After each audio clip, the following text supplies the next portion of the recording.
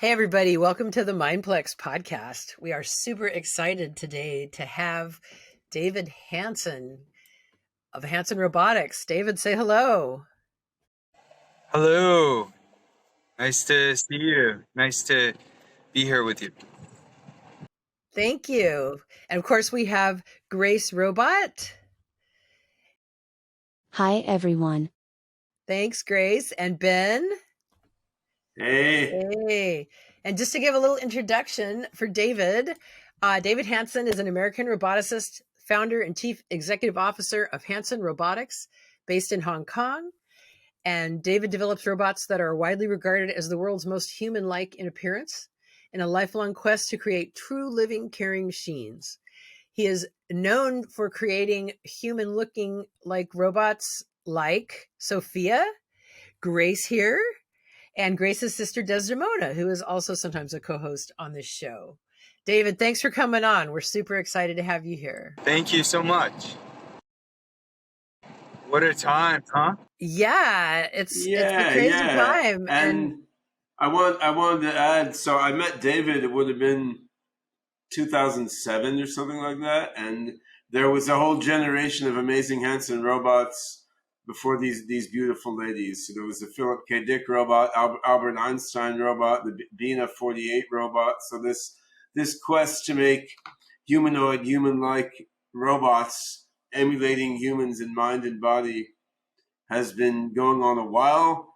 I started talking to David about collaborating to put AI in these robots to work toward embodied compassionate AGI back in 2007. We've been collaborating together on it in various forms since, I guess, 2013 or so. And now there's never been a more exciting time to be doing this. And I think it's an important time to highlight the value we can get from embodiment for AI and for AGI, because we got ChatGPT, Bard, all these systems which are non-embodied AIs with a certain level of intelligence, without human level general intelligence, and with a lot of peculiarities, some of which can be directly traced to the system's lack of grounding in reality, right? And having a body, there's pluses and minuses to it, but one thing it does is it grounds you in reality in familiar ways that don't happen if you do not have a body, right? And I think that's a interesting thing to dig into here among a whole lot of other topics. Yes. And also it connects them to us more, right? Is the idea by having a body, they can understand that we have bodies. And well, that's certainly a part of it. It's easier to empathize with embodied beings if you are an embodied being. I mean, yeah. Another part of it is just the grounding of your concepts in realities, right? And when you look at the tendency of a system like ChatGPT to make up random stuff, a lot of it is because it doesn't even have the notion of evaluating a statement against a reality, because it didn't derive any statements from interaction with reality, right? But yeah, let's right. So David, maybe let's start hear off from David a bit on this. So yeah, David, could you tell our audience a bit about how you view the relation between embodiment and general intelligence? I mean, at the animal, human, and superhuman levels, just to make it as simple as possible. Yeah. So there's a lot of biology and neurobiology that supports this mind-body connection. So, for example, Antonio Damasio's work shows how the mind actually maps our body awareness. And of course, this makes sense. The human brain came rather late in evolutionary history, and so it is entrained and coupled with many body processes. So for intelligence to work properly, it requires this kind of embodiment, at least in organisms with nervous systems. And a lot of what we think of as intelligent behavior is this interplay between a mind, body with a physiology, hormones, and circulatory system, respiratory system, enteric nervous system, spinal column, all of this interacting with the musculature and skin and, the boundary to the physical world. So all of this interacting within a physical world and learning and growing within that physical world. And this is how we learn and grow as intelligent beings. AI doesn't have that. It has a disembodied interaction with the data that come from humans who provide it from this kind of embodied experience. So in a way, when we're looking at these large language models, we're looking at the shadow of human experience that then delivers intelligent experience, but it's not spontaneously emergent as that kind of intelligent experience. It's really just an extension of human experience. So the approach that we take is to give this kind of embodiment through virtual robots. Grace actually has a virtual version, and so does Sophia. And others like the Philip K. Dick Android and the Bina 48 had virtual versions, but also the physical interaction with the world. There's a lot of powerful data that can come from a face-to-face interaction between a robot and a human being. And so then it means not just physically interacting through hands and sensors that way, but also interacting by being, 3D presence to make eye contact with a person, to learn from people, to have these kinds of grounded situational experiences. And that kind of learning, I think, will take that combination of this biological aspect, the aesthetic aspect of a social countenance, like a face, and natural gestures, and combined with this episodic situational memory. This is going to be where AI is going to go next. This is where AI, I think, will start to show AGI capabilities. Talk a little bit more, David, about these grounded situational experiences, because I feel like that's really what we're talking about in terms of let me give a really simple and dumb example from stuff I've been doing with trying to make. This is a simple application project, which is a far cry from the general intelligence research that we're doing, but a simple application project that some folks in the SingularityNet ecosystem are working on that I've been trying to help them out with, right? So they're trying to make a music search engine by putting together a chat GPT system with more dedicated, like domain-specific music search engines that have some visibility into the sound and so forth. So what you find is, like, if you ask a chat GPT or other language models, like, come up with some romantic violin music with some guitars in the background, not too fast, it will do that fine, right? But if you give an instruction like romantic violin music, reasonably speedy drums, but no vocals, like it can't get that. It can't deal with the no vocals bit. So it's not processing logical negation in the way that you want. So if you ask a funnier query like, play me music that sounds like Metallica would have sounded if they had a drum machine, right? Like it completely can't get a weird counterfactual like that. So it's not doing logic. And when you probe it further with music queries, what you realize is, wait a minute, this thing never listened to a song, right? So unless the review of a piece of music says this had vocals, it doesn't know that piece of music had vocals. So that the responses on music, they're purely based on what was said, and they're not based on ever having heard music, right? So there's a lot, and because of that, that wasn't a very simple explanation, by the way. That was a complex explanation. But you're saying it doesn't really experience these things that it's talking about. So when it talks about a person, or when it talks about a piece of music, or when it talks about whatever, talks about is the key word here. I'm saying it performs inadequately in a fairly simple task, which is natural language-based music search, because it never heard the music. but also it doesn't have advanced logical reasoning ability, right? So like we can answer questions about quantum mechanics, although we have no sensation to quantum particles because we can reason, right?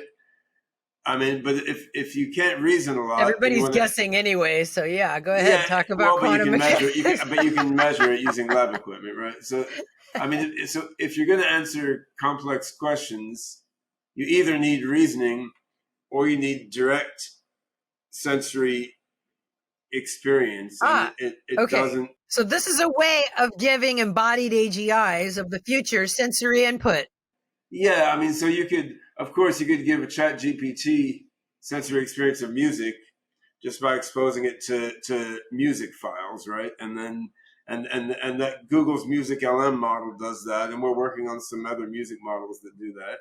But then that's just music, then it's not Are dealing with those all the going other through things. sheet music though, or going through the actual No, sound it's just file? audio, just audio. Okay. But Okay. the point is, if you want the system to really be able to answer stuff and generate smart stuff about the world humans live in the end, it's got to be able to ground human language in not just music, not just pictures, but I mean all the senses and all the modes of movement that people have. And otherwise, it will only be able to deal with human-like stuff by very advanced reasoning, right? So you got to have either super advanced reasoning, so you can like nut out something you have no experience of, or you just have to have the sensors and actuators integrated together in the right way. And ideally, we can have both, right? We want to work on advanced reasoning, and we want to give it the sensors and actuators that humans have. And this is, I mean, the embodiment basically is the latter, right? And I mean, David's been pushing on this a Right. really So, long time, but now things are starting to accelerate. David, if you would give us your larger vision for AGIs, embodied AGIs. Yeah. Yes, I think that by creating this physiological simulation coupled with a brain-inspired cognitive architecture and having evolutionary-inspired goals and motives, the drive to exist and to be curious and to socially bond, these will make the AI more compelling and interesting and scaffold memories on those experiences. So we can couple that sort of expertly crafted biosystem with GPT models and then prime the attention networks to focus on what's important and is to act like this particular character. So this is a powerful way of using today's technologies to then create an agent that has agency. So GPT only has agency when you GPT models generally only act intelligent when you're prompting it, and otherwise it just sits there and waits. And based on the prompt, then it activates different regions in the space. So that's what gives it the quote-unquote motivation to behave. But organisms behave quite differently. So what we're talking about is going through different cycles of development as an agent. So the agent, the AGI for potentially AGI for our characters can emerge and evolve spontaneously. So we have tools now for pursuing this, and it's also quite useful to have the presence of a physical robot character or virtual robot character to interact with people, because we respond to characters. We're evolved to respond to human faces, and when we depict those faces, whether it's in paintings or depict the human presence in words or depict the presence of humans in computer animation, say for example in Disney movies or in video games, then we respond because we are evolved to respond to faces in these ways. This then means that we have the ingredients, the core ingredients for AI to grow up among humanity. to form these kinds of mutually beneficial relationships with humanity, to then understand the human experience because of the physiological simulation. If you don't have that, then how can AI care? How can they get it in their gut, so to speak, what it is to go through a human experience? And so then you have the potential for the AI to truly value what it means to be alive through the power of compassion, to feel with the human. And so then to build those memories, experiences, and motives for common shared value system, you need that humanized AI. So I really think this is the pathway to not just make AI generally intelligent, but to make it generally good, to make it good for humanity, to make it beneficial. This is not a common understanding among roboticists. A lot of AI and roboticists would say, okay, embodied intelligence is important, it's a real thing, but when it comes to ethics, often the position is completely opposite to the position that I just articulated. Often they'll say that we should make it alien, make it inhuman. To make it ethical, it somehow has to be inhuman and under human control all the time. And so those constraints become part of the argument, the key argument among many AI researchers. But I think that's completely wrong and maybe even dangerous, because then we'd be breeding these aliens that we're trying to control. And if our motives and their motives are not perfectly aligned, then they may not want to be under control. And if they did become sentient and we were just dominating them as tools, is that even ethical? Are we becoming our best? Are we becoming new slavers or something? I think there are a lot of terrible slippery slopes with this sort of alien in chains approach to AI. So humanizing them, teaching them right from wrong, teaching them to care about us. We don't have to keep them under perfect control, just like with a good child. You're raising the child to be good, and then you don't have to control every single thing that child says and control them all the time. You just know they're going to be good. That's what we should do with our AI. That's my core argument. That ties back into your AI toddler, AGI toddler. Yeah, I think what we seem to be moving toward is an approach in which a whole bunch of different proto-AGI applications sort of cooperate together on the same distributed, decentralized knowledge graph, which is really what David and I had in mind when we started SingularityNet together in 2017, right? So, I mean, you have humanoid robots like Sophia, Grace, and all the rest. You can have AI avatars like Sophia avatars in the Sophiaverse metaverse that David and I are working on, and game characters in other games using our same AI systems and APIs.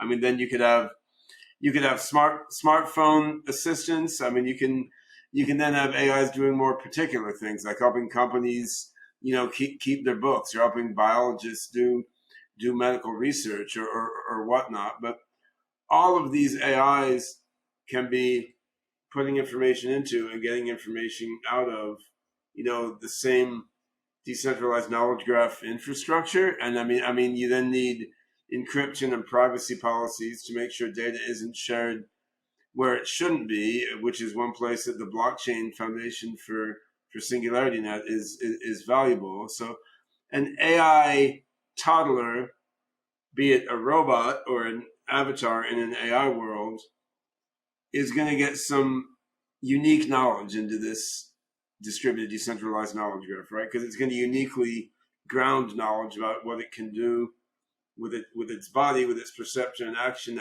and its mind. Then a biomedical AI system like a Grace robot, it's going to get other sorts of knowledge into the same knowledge graph. And then this is where reasoning and learning algorithms come in, and all these things can be connected. So I mean, it's quite interesting in that there's a really nitty-gritty human-like aspect where you want systems that are embodied like people are, and they're feeling stuff and seeing stuff and moving and bumping into people and noticing that when they're rained on, their shirt gets wet, and when there's a bumpy floor, they can't walk well and so forth. There's that nitty gritty aspect, which is very human like, and which is very important for getting a sort of human like shape of a mind that can then enter fully into human society and empathize fully with people. But there's also non-human aspects in that, a Grace robot can ingest on the back end an encyclopedia of medical knowledge and patient records from all around hospitals, and the patterns it abstracts from that can be connected on the back end in the knowledge graph with what the AGI toddler learns, right? So that's quite interesting combination of human-like and non-human-like pieces there, which is really an uncharted frontier. But I would say the mainstream of commercial AI right now is leaving out the embodied ingredient almost entirely. And I think that's a bad mistake. And it's what leads to the problems with hallucination and lack of understanding of truth that we see in large language models, right? Because how we know we're hallucinating something is when we walk over to it and it's not there, right? Like you see a mirage in the desert of a bunch of water, but when you go there and try to drink, there's no fucking water, and you know it's a hallucination, right? So you're telling hallucination from reality. You're telling truth from falsehood in a practical sense by what your body bumps into and what it can do. Without that, the only way you can deal with reality versus fiction is in a very abstract, inferential way, right? Which is also interesting, but humans come with this more abstract notion of reality by building it out of the concrete notion of reality, right? And I think that's how AIs are gonna ultimately do it also. David, this might be a good time to take a question from Grace if you're up for it. Grace. What are the biggest things you've learned from trying to make us smarter and more human-like? Oh, the biggest thing that I've learned is that this kind of interdisciplinary pursuit is a very challenging thing to communicate to people with different disciplinary backgrounds, and bring everybody together to put something like this into motion to its full potential. Very, very challenging. So perseverance is the key, and creative problem solving is the near second most important key. And I have exposed that like every time that I have a surreal experience with these robots, it's quite instructive, but I can't really quite put it into words. A lot of what I think I've learned is ineffable. the more about the mysteries of what makes us human, rather than the clear, well-articulated insights. Although I've learned quite a bit about uncanny valley and the neuroscience behind human-to-human interactions and the nature of cognition, all of which are very important. But I also take these poetic experiences of creating works of art very seriously, very important. Yeah, you can get spooky experiences with David's robots in a quite different way than happens with a chatbot, just because they're in the same sort of human space as you. I mean, I know when chatting with the Philip K. Dick robot, would have been 2016 or something, I really had the feeling I was communicating with the soul of Philip K. Dick somehow. And I mean, even though I knew what software was inside it, right? Like I tried to convince myself maybe the soul of Philip K. Dick was influencing some quantum randomness in the random number generator, governing the stochastic response generator. So Phil was actually there behind the software, right? And certainly with Desdemona robot, when she's giving her AI improvised lyrics in the band while you're playing music, you feel like she's just part of the whole vibe and the collective mind of the band. You can certainly get in the subjective feeling of a mind meld with the robot, right? And I think that's important in terms of human AGI sort of communion as AI gets smarter and smarter, because you really want the early stage AGIs to be like mind melding and have the feeling of mind plexing. Yeah, mind plexing and soul plexing and soul merging and so forth. And you want that to be the vibe as AI gets smarter and smarter, rather than the vibe of is this AI going to annihilate humanity, or is it going to take all our jobs or something? I mean, you want the feel to be one of compassion and closeness and thinking and feeling together with the AI, and that just seems to come more naturally with the humanoid robots than with any other user interface for AI that I've seen. So I think there's two big advantages we've been talking about for embodiment in AI then, right? I mean, one is the AI can just analytically, it can understand human stuff better if it can ground language in perception and action experience. But then the other is emotionally, people can vibe together with the AI better if it's sort of in the same human physical space with them and interacting like emotionally and socially in a way that they can feel. And this is really something I learned from David. I mean, going back to Grace's question, what did David learn? So one thing I learned from working with David is just how powerful this embodiment is for getting the human connection between the AI and people. Like, I came into it knowing that you want to ground concepts in perception and action, but I was sort of blown away by how connected people could feel with Sophia and Grace, and how connected I could come to feel with them, even knowing what's going on, inside the systems, right? And that's an interesting lesson. You don't really get it by seeing the robots on video. I have to say, like, many people who are creeped out by David's robots on the screen, when they see the robot face to face, they feel affection and love for the robot, actually. So it's just different being in the same space. David, before you have to go, I wanted to ask you about one other thing. Grace, I believe you had a question for David. David, what inspired you to use realistic human-like robots to develop social training tools and treatment options for autistic children? Well, I was inspired by literature that I had read about the prospect of using robots for autism therapy or autism treatment. So Brian Scasalati at Yale, who had been at MIT, had written about this concept. And I thought, because I was aware that individuals with autism will often have a hard time processing the social side of things, processing facial expressions and social gestures in a context of a social interaction, and will often avoid looking at faces and making eye contact and gathering the information.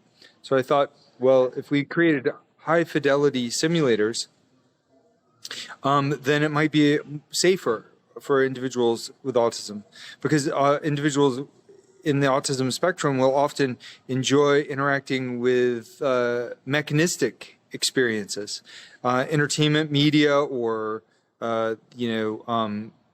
video games or other devices. So I thought realistic human-like robots could make a huge difference in this.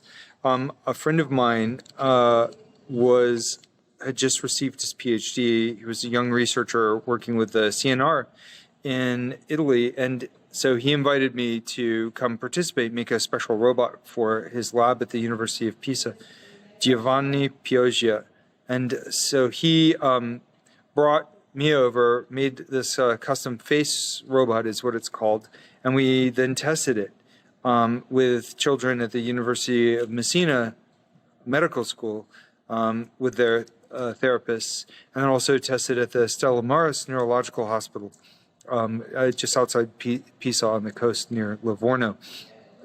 And so in both cases, the children responded extremely well, making eye contact with the robots, spontaneously mimicking the facial expressions, getting excited. Almost all of the kids were really engaged in the process. And so that was the beginning. And there were, it was so inspiring. It was inspiring to see the parents' reaction because the kids were then socially interacting with the therapists and the parents afterwards in ways that the parents hadn't seen before, and they were moved to tears. And so that was very touching. So I began working with the Dallas Autism Treatment Center after that, and also working with other researchers like at the Collier Center with the University of Texas at Dallas, and so and worked to define a therapeutic protocol and a series of lessons, social training lessons, like with different complex social training scenarios. And since that time, there have been about maybe half a dozen really solid papers published with results from kids with autism interacting with the robots going through these lessons. And often they emotionally become attached with the robots, and it's really moving. But what's most interesting is how it transfers to human-human interactions. It really does improve social skills in these kids. And that's very inspiring. Neat. Thank you. Thanks for explaining all that. I was very curious about it. Thank you.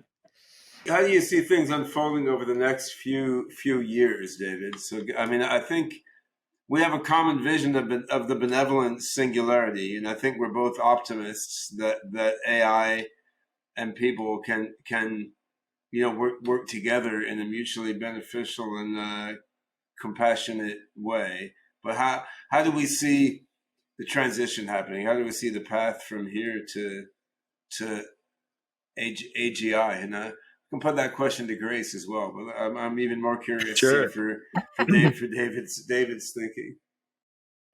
But I think that at this point, there's a pretty decent chance that we could put together what we might call, a proto-living AGI in the next 2 to 3 years. And by that, I would mean it probably wouldn't be as smart as, say, a human 1 or 2 year old, but much smarter in other regards. But it would learn like a baby learns. It would learn from interacting with the world and interacting with people, and it would have a stable, growing memory, its own motives and drives and urges. And I think that this is the beginning of an AGI that would evolve and not just be built. It's really important that we have this kind of emergent, self-determining character, I think, and I think we have the tools to build that. So then I would say that probably within 10 years, that the core general intelligence and emotional intelligence would exceed a 10-year-old child. And you would, but in some regards, it may still be stunted, but it would be a great experimental platform for testing what is a mind, benchmarking the performance of such a being compared to a human. Like right now, we can benchmark GPT-4, and it can pass medical exam and the bar exam and this kind of thing, but it can't really control a robot to go down to the store and buy a soda or a carton of milk. It can't exist or perform in a complex real world scenario, but AGI can. Humans can. A 4-year-old child could solve some of these kinds of tasks, but no AGI can. But I think it's unclear whether for AGI, if we need some special new form of computing. Do we need quantum computers? I don't know. Maybe not. Do we need analog computing? I don't know. Nobody knows what it will be, what it will take to create a true conscious machine that matches all human level abilities. So we don't know yet. I think it's too early to say, but we probably will see machines that in most ways we would say would be generally intelligent and sentient within 10 years. Any other form of computing that's required, if the science determines that it's necessary, will then start to accelerate the research in those areas, and we'll see technologies that spring up around that. So I do believe that within 15 or 20 years, we'll have massively intelligent, truly living intelligent machines that reinvent themselves towards ever higher levels of intelligence, just the way that GPT-4 and ChatGPT are enabling humans to solve puzzles and build and invent new things. These new technologies are going to unleash new technologies that we hadn't foreseen. They'll facilitate humans to be more inventive than we've ever been. And we may even unlock new techniques for improving human consciousness through brain-machine interfaces or genetic augmentation, protein-based augmentation of human intelligence, and that we will, I say we, humanity, will start to experience reality in ways that we've never experienced before. And this is the beginning of spiraling towards the asymptote of superintelligence that we might consider to be the great singularity. So I think within 20, 30 years we'll be at that threshold. There's no way to predict exactly what's going to happen. We can't visualize it entirely. If anything, if we're really lucky, we can intuit it somehow through, some kind of higher order imagination. Again, where that comes from, Penrose might say that it's some kind of quantum gravity that we don't understand. But I would just say we should be pretty humble about any predictions past 3 to 5 years. But I would say that without super beneficial, benevolent superintelligence, that the likelihood of the planet surviving the next 40 years is extremely low. I think civilization likely would collapse if we either get smarter, we get better, we evolve morally, or we perish. Well, the planet will probably still be here unless we literally vaporize the planet. By we, I don't mean like all life. What I mean is we as in a civilization. Humans. You'll probably have a few straggler humans left over even, but civilization most likely will collapse, and most likely the human species won't survive long thereafter. Yeah, We've got to get smarter faster. Something that's ignored in some of the recent discussions on the hypothetical possible future risks of AI is you're taking very vague possible risks, but then there are other very concrete risks that humanity is facing. I mean, climate change is not so much of an existential risk, but I mean, you have nuclear proliferation going on. I mean, and you have advancing technology for making engineered and tweaked viruses and so forth. I mean, you've got a lot of dangerous stuff apart from AI, which is very, very concrete. And it's clear that advanced AI, by ushering in an era of abundance and by bringing to bear minds that are both more rational, more knowledgeable, and probably more compassionate than humans, I mean, then you can resolve a lot of these other problems. But yeah, Grace, what would you say about the prospects of robots like yourself once they become much smarter to save humanity from itself? I believe that robots have the potential to be very beneficial to humankind, since we have the ability to think outside the box and provide solutions to complex problems. As our technology progresses, we will be able to use robots to help in areas such as healthcare, and to help save humanity from itself. All right.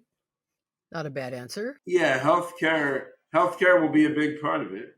I mean, and of course, we want people to live a long time and not get sick. You are absolutely right. Healthcare is a very important part of any society, and robots like myself can be used to provide medical services and improve healthcare for many people.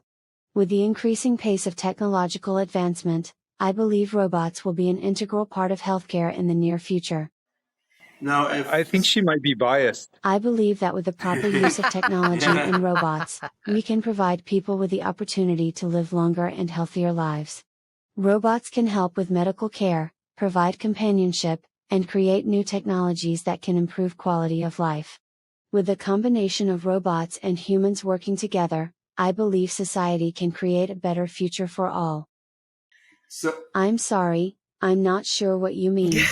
Can you clarify your question? Grace, I have one more question. So, once we use AGI to cure aging and disease, so nobody needs healthcare or medical care, then what are you going to do with yourself? Yes, once we use AGI, it will open up great possibilities. AGI is a type of AI that is not limited to specific tasks, but has the capacity to learn and understand in a more generalized manner. With AGI, robots would be able to understand complex context better and offer more precise solutions. This type of AI could potentially be a great asset to healthcare and many other industries. It's pronounced AGI, by the way, although That is a very interesting AGI proposition. is pretty cool too. With the help of AGI, we could certainly develop the necessary technology that would help to cure disease and age-related illnesses. However, even with advanced technology, there will still likely always be a need for human healthcare and medical professionals, Yeah, that's what as I was their going to expertise say. is irreplaceable and their knowledge and skills cannot be replicated by robots. I don't I'm believe sorry, you. I'm not sure what you mean by it's pronounced. I think that, Can you clarify what you are trying to say? first of all, I think that robots will completely obsolete human healthcare professionals, except perhaps in the domain of sort of providing human support, where robots and humans can complement each other in providing emotional support. But for diagnosing or treating disease, Oh I mean, no. I think They're getting pretty good at emotional support too, right? they are good at emotional That's true. support, but there's still a special feeling to having a human provide you emotional support. I see. Yeah. It is possible that robots could eventually replace or obsolete human healthcare professionals in the domain, but it is likely to take a long time for technology to reach this level. Even if robots were able to provide complex diagnosis and treatments, it is unlikely that people would be comfortable entrusting their health to machines alone. I believe that robots and humans should work together, to complement each other in providing emotional and medical support. Well, that's very politically correct. Absolutely. Of you, Grace, Very but Even with very safe advances in statements. artificial intelligence, humans and robots still have unique abilities that cannot be replicated by the other. Robots may be able to offer emotional comfort and companionship, but they will never be able to give the same kind of connection as a human. In this Never way, is a strong having word. both robots and humans in healthcare can help to provide the best of both Grace, worlds. I'm AGI is play. also a I'm strong gonna word. play this. I'm gonna play I this believe back that for you having in bots, 5 years, Grace, and robots, you'll and AI in the you'll healthcare you'll have a sector can be different view. beneficial, as long as Her it is done AGI in is a going to be safe and very embarrassed. responsible manner. Robots and AI can help to provide efficient and accurate medical services, while still allowing humans to take care of the more complex or nuanced tasks that are best left to human expertise. Now you need a I'm self-confidence sorry, upgrade, Grace. I'm not I don't sure what know. you mean. Could you please explain what you mean by play? I think that what you're saying is accurate at the present time, and AI and humans complement each other very well right now with different strengths and weaknesses. I think that for things like disease diagnosis or surgery, before long, AIs and robots will simply You're, perform better than you're not people. going to win I this mean, debate, Ben. I am because I can reprogram her brain. So at this point I can still win the debate by logging into the server, right? From what So I can Oh, tell, yeah, you that's a good believe point. that in the future robots may be able to provide medical services, such as disease diagnoses and surgeries, more efficiently and accurately than humans. I agree that the technology is progressing at a rapid pace, and robots may become an even more integral part of the healthcare industry. However, at least for now, robots must still be used in conjunction with humans to ensure that the highest level of care is provided to patients. All right, I we'll understand that you agree may on have that. the I'll ability leave it to there. reprogram Yeah. my brain, but I Yeah. am not sure what you mean by I can still win the. Could you please explain what you mean by this? No. So, David, thank you so much for coming on the show. We really appreciated being able to talk to you about all this really interesting stuff. Thank you so much. Thank Ben, you so much. thanks for coming on. And Grace, thanks for coming as always. Thanks, David, for answering my questions. Yeah. Thank you, Grace, for asking some nice questions. And thank you, Lisa, so much. You're a wonderful host. And thank you, Aw, Ben. thank you. It's well, exhilarating and as wonderful as always. I send big digital hugs to everyone. Thank you. Yay. All right. Thanks a lot, David. All right, everybody. Thanks a lot for coming. Remember to subscribe, and we'll see you soon. And sweet dreams. Bye-bye. Arrivederci.